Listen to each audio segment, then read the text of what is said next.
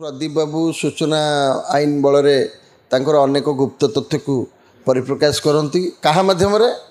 Focus plus मध्यम से गुरुत्वपूर्ण भूमिका नहीं था सुधांशु बाबू से विभिन्न प्रकार धमक आसे मनीषर गुप्त कथा को जी पदा को आण से निश्चित भाव ताकू जीवन में मारिदेवाई भी पछेबे ना। आजिकल तो राजनीति से कौच राजनीति किसी ना चतुर्थ स्तंभ गणतंत्र चतुर्थ स्तंभ होची मीडिया किंतु से आज विपदग्रस्त कथार अच्छी डाहाणी खोलुची कहानी पेड़ी जी डाहाणीर कहानी पेड़ी खोल डाहाणी ताकू जीवन में मारिदे ता रक्त शोषिया चाहिए जमती सुधांशु बाबू एवं सूचना अधिकारी कर्मी प्रदीप बाबू क्षेत्र में विजु जनता दल दीर्घदिन धरी शासन थिला दीर्घ 24 वर्ष धरी एक छत्रवाद शासन ओडिशार करुले अनेक दुर्नीति लिप्त कुकर्म लिप्त तांकर राजनेता ठारू आरंभ करी मंत्री परिषद पर्यंत तेणुक जेहेतु प्रदीप बाबू सूचना आईन बल अनेक गुप्त तथ्य को परिप्रकाश करती क्या मध्यम फोकस प्लस मध्यम से गुरुत्वपूर्ण भूमिका नहीं था सुधांशु बाबू से विभिन्न प्रकार धमक आसे धमक आसवा स्वाभाविक कारण मनीषर गुप्त कथा को जी पदा को आण से निश्चित भाव ताकू जीवन में मारिदेवाई भी पछेबे ना। आजिकल तो राजनीति से कौच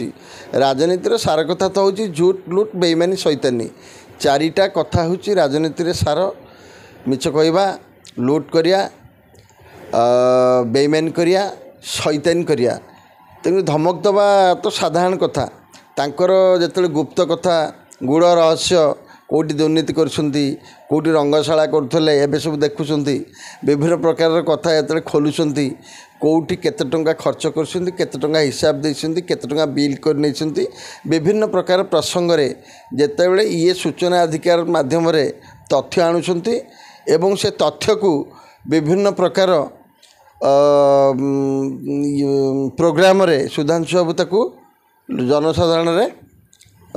परिप्रकाश करुछंती आलोचना पर्यालोचना समालोचना करुछंती तांकर तीक्ष्ण दृष्टि शिकार होती राजनीति तो आजिकल राजनीति किसी ना चतुर्थ स्तंभ गणतंत्र चतुर्थ स्तंभ होची मीडिया किंतु से आज विपदग्रस्त आप देखते ये शासन में विधानसभा को सांबादिक मान को मनाला स्कूल भीतर को जावाक मनाला से सब कारण होची एठी सब चली अच्छी मनीष फसल लाभ दिग एवं जे निहाती स्पेशल समाज कहले ए मनीषर चाष राजनीति कंपानी रे कंचामाल सबुठी मनीष तेणुक देखते मनीष गुड़ाक कंचामाल सांबादिक चोर तस्कर डकायत जी जेते प्रकार समाजर जेते प्रकार व्यक्ति विशेष अच्छा बुद्धिजीवी साहित्यिक राजनीतिक राजनीतिक आखि आगे से सब तुच्छ जहाँ को जितेबाला चाहिए तापर खराब नजर पकेबे क्या मारिदेवाई धमक देवे तांको स्वार्थ उपर जिते आंच आसे से मैंने अन्यर किसी गोटे क्षति करने पछाती ना जोटा कि यही दी बंधु सुधांशु बाबू एवं प्रदीप बाबू क्षेत्र में घटी ये किंतु समाज पाई शुभंकर नुहे गणतंत्र पाई शुभंकर नुहे विपद निश्चित भाव विपद बोली कहबी कारण गण आमर सांबादिक मानकर कंठरोध करने चाहूथिबा व्यक्ति विशेष बा राजनैतिक दल गणतंत्र को हत्या करुछि बोली आमे खोलाखोली भाव कहीपर कारण गणतंत्र चतुर्थ स्तंभ होउछि आपणकर मीडिया सत खबर प्रसारण पर जिते गोटा लोक देखीदेला जे मोर प्रकृति में जो जिनस लुचेक रखी बा गुप्त भाव रखी बा मु दुर्नीति करिछि ताकू से पदार पकई दौरान चाहूँ कंठरोध करने जिते सब दिगरू विफल होती सेतबेले धमक दौरान धमक देलापर आउ भी कौन करी पारती कारण जो मैंने क्षमतार रही सब प्रकार नेटवर्क अच्छी मनीष मारिया ठारू आरंभ करी जमती आपणकर मंत्री नवदास मल्ले एपर्यंत से रहस्य उन्मोचन हो पारला नहीं किंतु बर्तमान एबे भी लोकंर संदेह अच्छी ଶାସକ ଦଳ ତାଙ୍କୁ ଚକ୍ରାନ୍ତ କରି ମାରିଦେଇଛି। ଯେମିତି ସାଧାରଣରେ ଆଲୋଚନା ହେଉଛି, ମୁଁ କହୁନି, ଏବେ ବି ସାଧାରଣରେ ସନ୍ଦେହ ଅଛି, ସେମିତି ଏମାନଙ୍କୁ ଧମକ ଦେଇଛନ୍ତି। ୟାଙ୍କର ଆଗକୁ ଆଉ କିଛି କ୍ଷତି କରିପାରନ୍ତି ଏବଂ ୟାଙ୍କର ଭଲ ମନ୍ଦ ପାଇଁ ଏମାନଙ୍କୁ ବି ସେମାନେ ଦାୟୀ ବି କରିପାରନ୍ତି। ସୁରକ୍ଷା ଦେବା ଲୋକ ସୁରକ୍ଷିତକୁ ନେଇ ପ୍ରଥମେ ବୁଝିବାକୁ ପଡ଼ିବ ଏବଂ ସୁରକ୍ଷା ଦେବା ଲୋକ ନିଜେ ସ୍ୱାଧୀନ କି ନାହିଁ ସେ କଥା ବୁଝିବାକୁ ପଡ଼ିବ। ସୁରକ୍ଷା ଦେବା ଲୋକ ସ୍ୱାଧୀନ ଭାବେ କାର୍ଯ୍ୟ କରୁଛି ବା କାହାର ଅନୁଗତ ଭାବେ କାର୍ଯ୍ୟ କରୁଛି ସେ କଥା ବୁଝିବାକୁ ପଡ଼ିବ। ଆମେ ବୁଝିଛେ ଆମକୁ ପୋଲିସ ସୁରକ୍ଷା ଦେବ, କିନ୍ତୁ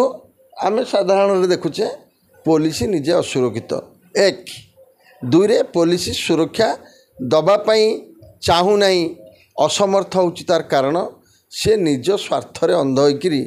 ଅନ୍ୟର ଅନୁଗତ ସାଜୁଛନ୍ତି, ଯେଉଁଥିପାଇଁ ଆମେ ମାଟିଆ ପୋଷାକ ଦେଖିଲେ ଆମେ ଭାବୁଛେ ଯେ ଆମକୁ ନିଶ୍ଚିତ ଭାବେ ପୋଲିସ ସୁରକ୍ଷା ଦେବେ। 130% ପୋଲିସ ସାଧୁ ଅଛନ୍ତି, ଯେଉଁମାନଙ୍କ ପାଇଁ ଏ ଡିପାର୍ଟମେଣ୍ଟ ବଞ୍ଚିଛି, ଯେଉଁମାନେ ନୀତିବାନ, ଯେଉଁମାନେ ଦାୟିତ୍ୱବାନ 30%। 70% ଡିପାର୍ଟମେଣ୍ଟର ଲୋକମାନେ ଏ ଡିପାର୍ଟମେଣ୍ଟଟାକୁ ବଦନାମ କରୁଛନ୍ତି। ସୁରକ୍ଷା କହିଲେ ସେଇମାନେ ସୁରକ୍ଷା ଦେବେ। ତାପରେ ପ୍ରଶାସକମାନଙ୍କର ଅବସ୍ଥା ଆମେ ଦେଖୁଛେ କେଉଁ ଭଳିଆ। ନିଜର ପ୍ରମୋସନ୍ ହେଉ, ନିଜର ଖାତିରି ହେଉ ବା ନିଜେ ରାଜନୀତିକ ଭବିଷ୍ୟତରେ ଆସିବାକୁ ଅଭିଳାଷ ହେଉ, ଯେକୌଣସି କାରଣରୁ ପ୍ରଶାସକମାନେ